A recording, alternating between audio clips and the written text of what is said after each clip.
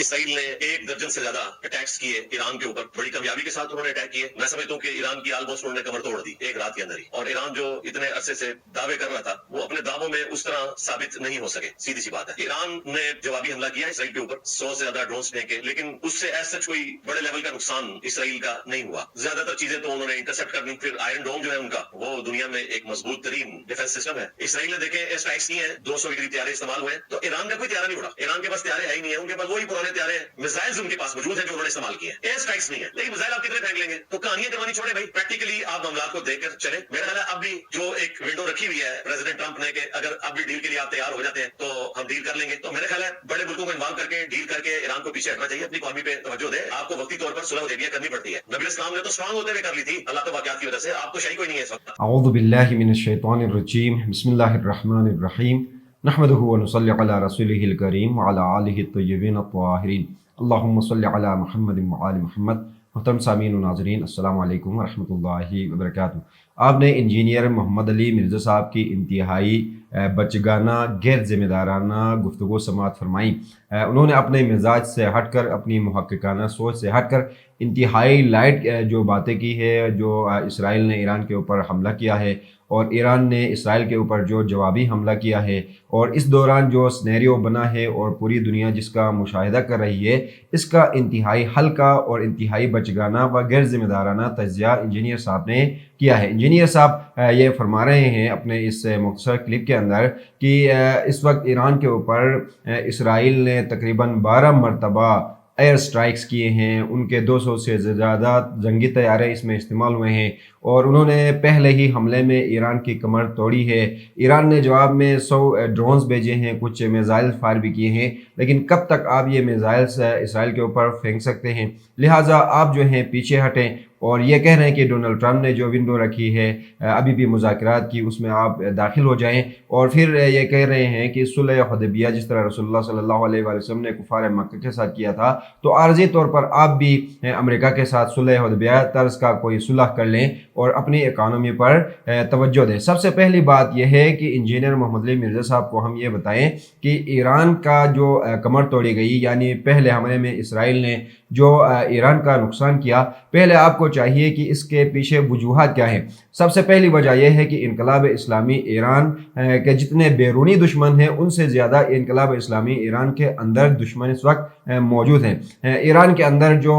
شاہ کے باقیات ہیں، ایران کے اندر جو سیکولر طبقہ ہے، جو مغرب نواز ہے، ایران کے اندر مجاہدین خلق کا جو ٹولہ ہے، اور انقلاب اسلامی کے مخالفین جو ہیں، وہ ایران کے اندر اس وقت اسرائیل کے لیے باقاعدہ استعمال ہو رہے ہیں۔ اور دوسری طرف سے بیرونی جو دشمن ہے، وہ کوئی چھوٹا ملک پاکستان کی طرح فقط انڈیا اس کا دشمن نہیں ہے، بلکہ اگر ہم دیکھیں تو ایران کے باہر جو ایران کے دشمن ہیں، وہ دنیا کی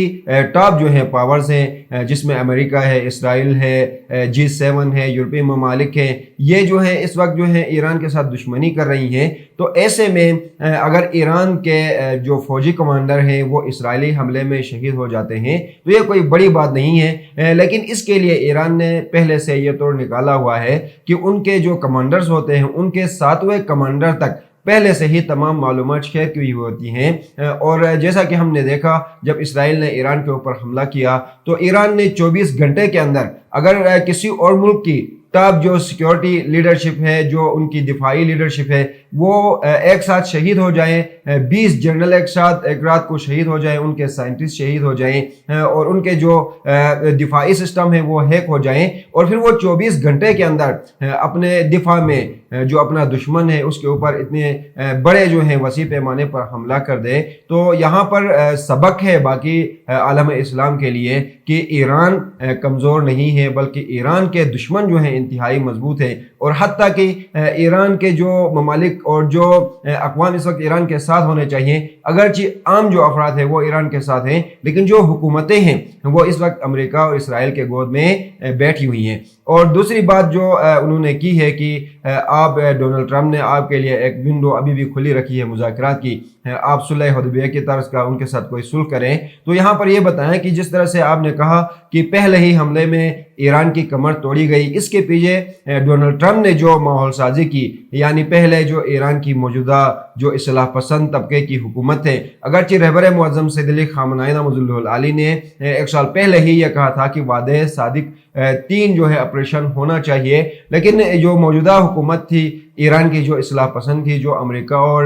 یورپی ممالک کے ساتھ مذاکرات کرنا چاہتی تھی، انہی کی پالیسیوں کی بدولت جو ہے بالآخر ڈونلڈ ٹرمپ دھوکہ دینے میں کامیاب ہو گیا. اس نے ایرانی حکومت کو مذاکرات کی میز پر بٹھایا، اور اس دوران جب یہ لگا کہ ایران کے جو رہبر اعلیٰ ہیں وہ مذاکراتی ٹیم کو امریکہ کے منشا کے مطابق چلنے نہیں دے رہے ہیں، تو اس دوران پہلے تو اس نے یہ پروپیگنڈا کیا کہ اسرائیل ایران کے اوپر حملہ کرنا چاہتا ہے، لیکن ساتھ یہ پروپیگنڈا بھی کیا کہ ڈونلڈ ٹرمپ نے اسرائیل کے اس حملے کو روکنے کے لیے جو ہے اپنی جو طاقت ہے وہ استعمال کی ہے، چونکہ اسرائیل جو بھی عمل کرتا ہے اس کے پیچھے بالآخر امریکہ ہوتا ہے. اگر وہ جنگ کرتا ہے تو یہ امریکہ کرواتا ہے، اگر وہ جنگ روکتا ہے تو یہ امریکہ رکواتا ہے. تو جس طرح ڈونلڈ ٹرمپ نے یہ کہا کہ اس نے مخالفت کی ہے اسرائیل کی، حتیٰ کہ یہ ماحول بنایا گیا کہ نیتنیاہو اور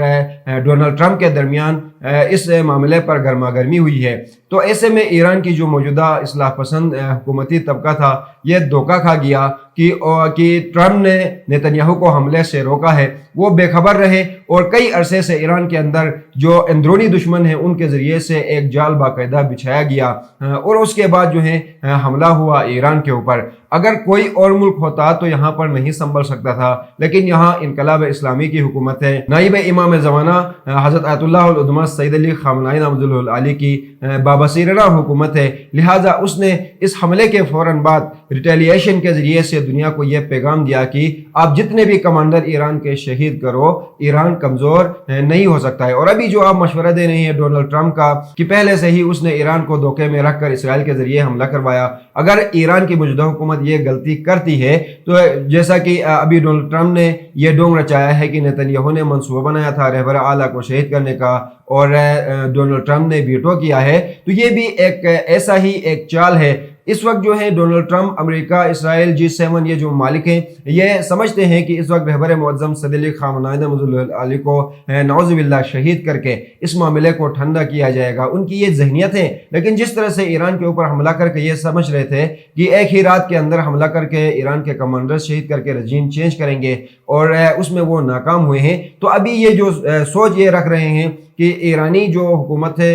اس کو دھوکہ دیا جائے کہ ڈونلڈ ٹرمپ نے ویٹو کیا ہے نیتنیاہو کے فیصلے کو، تو ایسا نہیں ہے. یہ اس وقت منصوبہ بندی کر رہے ہیں، اور خدا نخواستہ اگر امریکہ اسرائیل نے یہ غلطی کی تو پوری دنیا دیکھے گی، چونکہ رہبر اعلیٰ جو ہیں اہل تشیع کا پوری دنیا کے اندر روحانی پیشوا ہیں. اگر خدا نخواستہ ان کے اوپر کوئی آنچ آتی ہے تو امریکہ کی جو سپریسی ہے پوری دنیا کے اندر یہ ایک ہی رات میں ختم ہو جائے گی. چائنا اور رشیا جو ہیں نئے پاورفل کنٹریز کے طور پر دنیا کے سامنے آ جائیں گے، اور دنیا بھر میں جہاں پر بھی امریکی مفادات ہیں ان کا خاتمہ ہو جائے گا. اور امریکہ اسرائیل کو اس وقت اس لیے استعمال کر رہا ہے کیونکہ امریکہ یہ جانتا ہے کہ اسرائیل ختم بھی ہو جائے تو امریکہ دوبارہ اس کو ریبلڈ کر سکتا ہے، لیکن امریکی جو مفادات ہے مشرق وسطیٰ کے اندر اگر ان کو نقصان پہنچتا ہے تو اسرائیل ان کے نقصانات نہیں بڑھ سکتا. لہٰذا امریکہ پیچھے بیٹھ کر اس وقت اسرائیل کو استعمال کر رہا ہے. لیکن اب جو ہیں ایران کی جو موجودہ اگرچہ اصلاح پسند حکومت ہے لیکن حالات کے بعد یہ سمجھ چکی ہے کہ اب کسی سے بھی انہوں نے دھوکہ نہیں کھانا ہے. اور آپ جو کہہ رہے ہیں کہ صرف 100 ڈرونز بھیجے ہیں کب تک بھیجیں گے، تو خدا کے بندے آپ انجینئر ہیں تو پہلے جو ہے آپ کو تحقیق کرنی چاہیے کہ اس وقت جو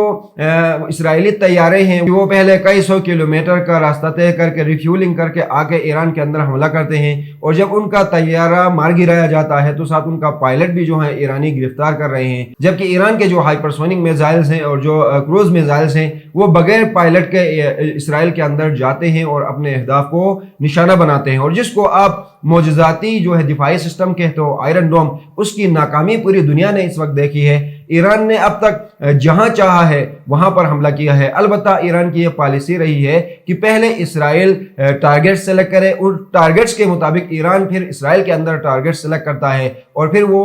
اسرائیل کے اندر جو اہداف ہیں ان کو نشانہ بناتا ہے. اور اس وقت اسرائیل کے اندر مکمل سنسرشپ، فوجی سنسرشپ لگائی گئی ہے کہ وہاں جو ایران نے حملے کیے ہیں اور جو نقصان کیا ہے کہ وہ دنیا کو نہیں دکھانا ہے. اس کے باوجود اگر اتنے بڑی جو ہیں ویڈیوز، امیجز اسرائیل سے آ رہے ہیں، اگر یہ سنسرشپ ختم کی جائے تو پھر آپ دیکھیں گے کہ اسرائیل کے اندر کتنی تباہی ہوئی ہے، جبکہ ایران کے اندر اسرائیل جو کچھ بھی کرتا ہے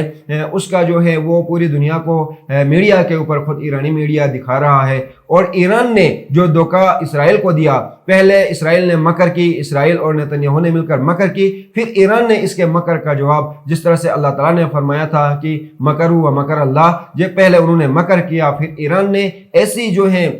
مدبرانہ حکمت عملی اپنائی کہ اسرائیل اس سے دھوکہ کھایا، اور آج اسرائیل کی تباہی دنیا دیکھ رہی ہے۔ اور ہم امید کرتے ہیں کہ انشاءاللہ ایران اس جنگ میں فتح یاب ہوگا، اور یہ جو آپ کے ہلکے پھلکے تجزیے ہیں یہ سارے جھوٹے ثابت ہوں گے۔ ہم دعا گو ہیں کہ اللہ تعالیٰ عالم اسلام کو آپس میں اتحاد و یگانگت کے ساتھ اپنا جو مشترکہ دشمن ہے اس کے سامنا کھڑا ہونے کی توفیق عطا فرمائے، آمین۔ السلام علیکم ورحمۃ اللہ وبرکاتہ۔